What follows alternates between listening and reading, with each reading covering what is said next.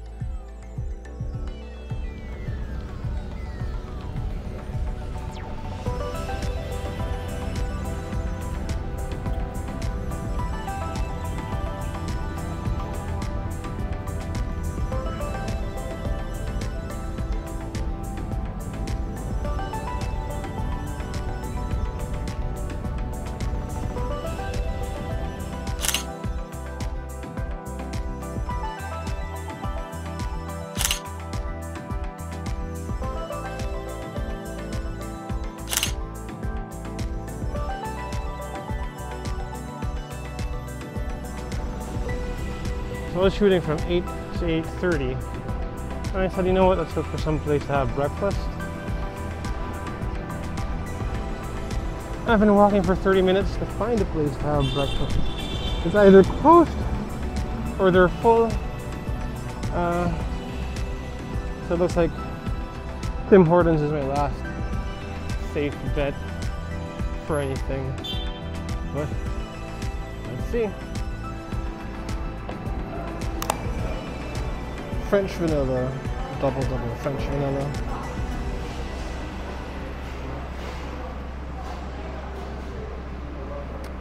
Oh my god, this looks so good.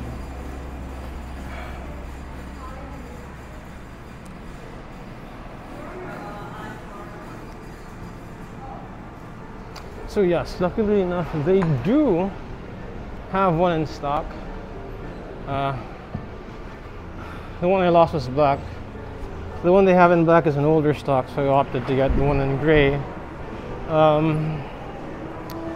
yeah, we are